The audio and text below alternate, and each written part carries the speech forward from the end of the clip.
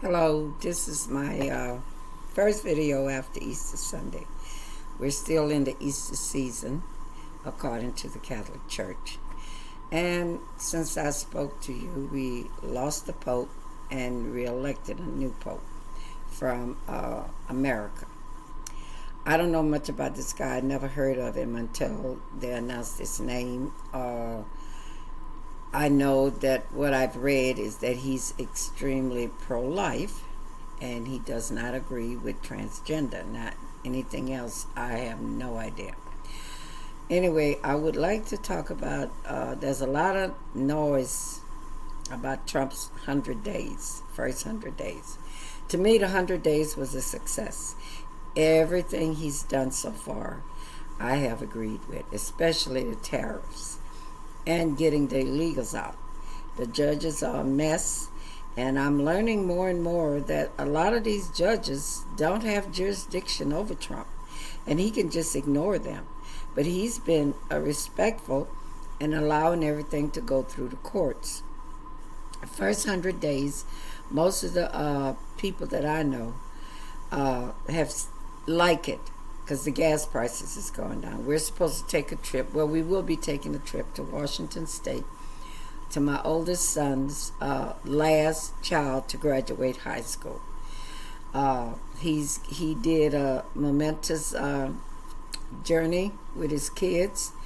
8 kids, 8 graduations, 4 colleges, 3 trade schools, and one was in law enforcement, but he's not in that anymore. He's very young, so he's trying to find his way.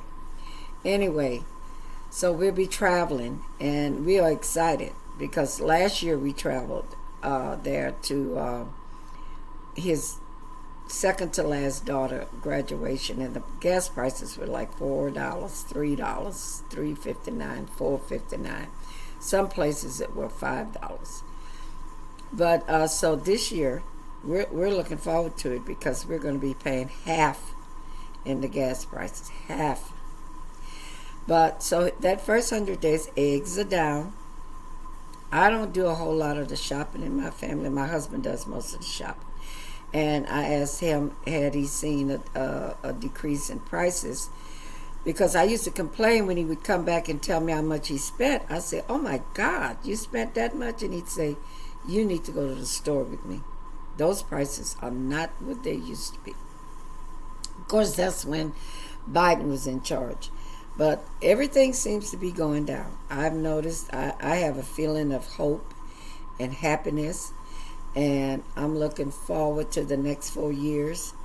God willing, I'm still here for the 2028 election.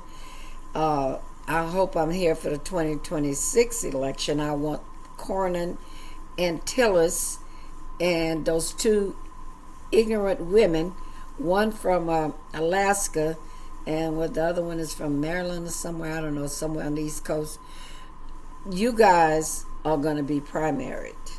I can tell you that now because people are sick of you. Sick of you. Especially Cornyn. He's from my state, Texas. And I promise you, I will be on the streets, even though I'm a senior citizen, I will be walking to get him out of office. But anyway, I saw something I want to talk about. There's 2 things I wanted to cover. One, the new Pope, and God bless us, and let's pray for him. Continue to pray for our country. The other one I wanted to talk about was the 100 days, which I think was a great success. The tariffs, they're winning, they're getting deals, and the meltdown from the media is just astronomical. These people are idiots. Trump said a while back that these people are the enemy of the country, and they hate our country. And I believe it. They hate our country because they never tell the truth. They lie about everything, and they got black people. They're relying on black people to get upset and take to the streets. Well, I got news for you. Black people are talking about black fatigue. They're sick of it. They're sick of you people gaslighting them, telling them that they're oppressed, and they're not oppressed. And telling them that, oh, your ancestors were slaves. That's my ancestors. It's over. They're not here. The people who enslaved them are not here.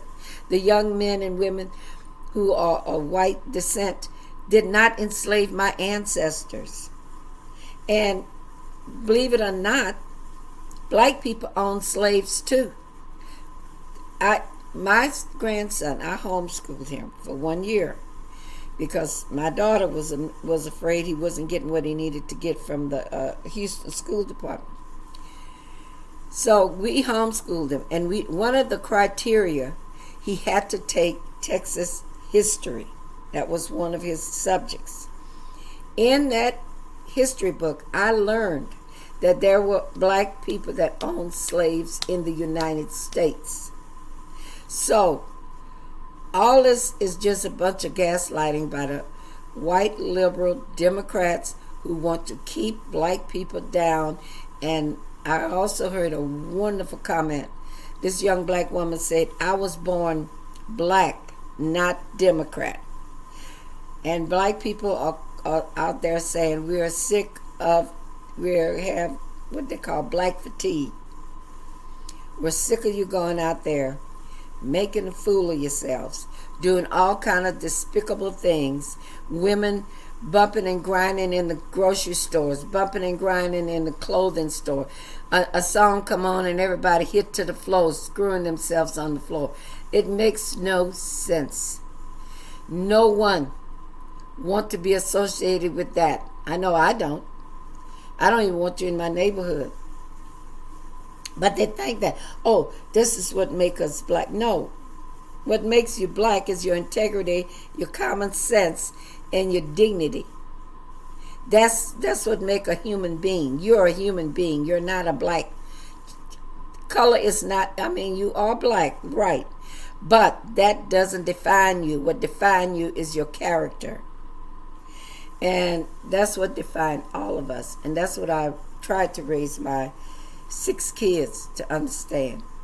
That your color has nothing to do with how you behave. You behave, your integrity determines that. Remember Dr. King? By the content of the character. That's how I want my kids to be judged. That's how we all should want to be judged. Not because we are black, and because we're black we gotta act like idiots, like monkeys out of a jungle. And that's what's happening in the ghettos. See, the thing that told me that Barack and Michelle cared nothing about the black people was when they went into the ghetto and put on some sort of music concert. Oh, we're here with you, we're here for you, but we're not going to get you out of this mess. We're going to let you stay here. Black people need to rise up against the Democrat Party. The sensible one are doing it. The ones in the ghetto, those are lost people. We need to just pray for them. Hopefully, one day they'll wake up. If they don't wake up, then that's on them. We have tried. And the stars, musicians, black people that are supposedly the cream of the crop, they're not doing anything to help black people out of the ghetto or teach them. That's one thing that disappointed me with Barack and Michelle. I was hoping that Barack would take it upon himself to talk to the young men about being good fathers, good stewardship, good countrymen. And Michelle teach the young ladies how to be ladies, how to treat their bodies with respect. But that's not what happened. What they did was lean into that and amplified that so that there was no reason for them to change. They didn't have any kind of a leadership in the White House, and all Barack did was what he did. He celebrated the transgender and the gay agenda. Don't get me wrong. I don't have any problem with gay people. You live your life, I live my life. I don't care what you do in your bedroom. That's not my problem. But I do care if you've given it to the young kids, if you're in the school, and if you're transgender trying to be a woman. You're not. You'll never be a woman. I don't care what you say. You can put on a wig and a dress. And I always thought it was lunacy and crazy that a man can get up in the morning, put on a wig, put on a dress, and say, I'm a woman. And people accept that. How stupid is that? But I got a common sense. I got a brain that God gave me. So my message to the black people is keep talking about black fatigue. I've been finished with black fatigue ever since Jesse Jackson got on TV and said that we couldn't do it for ourselves. We needed the Democrats. From that moment on, I knew I could never be a Democrat, ever. And that was over 35 years ago when he said that. And I have, you got all these videos how I left the plantation, Democrat plantation. Honey, I was gone 35 years ago when Jesse Jackson, I heard Jesse Jackson say that on television. And I think it was during the first Bush and whoever he was running against. He was running against Clinton, I think, yeah. And it was the first Bush, and they were wanting the Democrats. He was speaking for the Democrats. Personally, I didn't like Jesse Jackson anyway. All that loud preaching, thought like you're gonna get people all energized to get out there and do stupid stuff. Well, those days are gone. There's sensible young black people coming up, and what they want to wealth. They want prosperity. They want to have enough money, a legacy to leave for their children, and they want to do things that are great for America. Remember, President Kennedy, ask not what your country can do for you, ask what you can do for your country. Now that is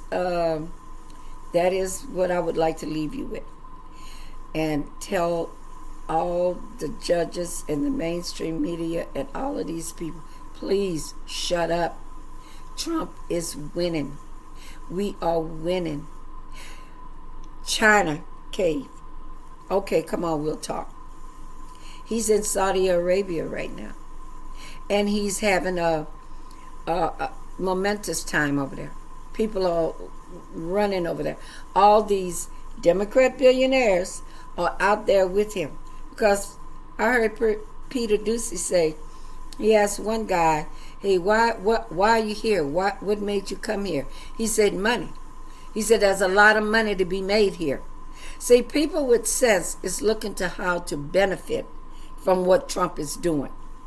While you, those gaslit liberals, black and white, are out there scrambling and burning down Teslas and protecting the illegals, criminal illegals.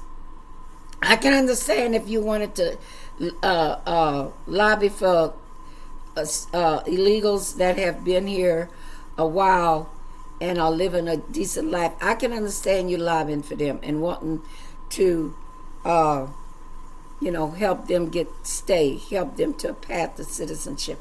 I can understand that. But when you get out there and you stand up and protest a facility that housing nothing but illegal immigrants, criminal, MS-13 and Trendiagra or whatever that is, then you have a problem. You have a problem. Okay. I'm not going to talk too much longer. I wanted to keep this pretty short.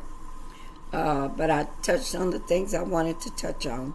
And I would like to say I'll be put up more video. I'm trying to get my channel to move around, to be pushed out. So if you're looking at my channel for the first time, please like, subscribe, and send it to as many people as you know that might benefit from what I have to say.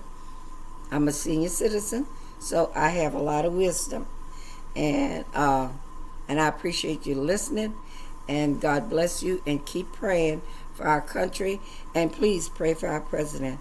He is the best thing that ever happened to our country. Thank you. God bless.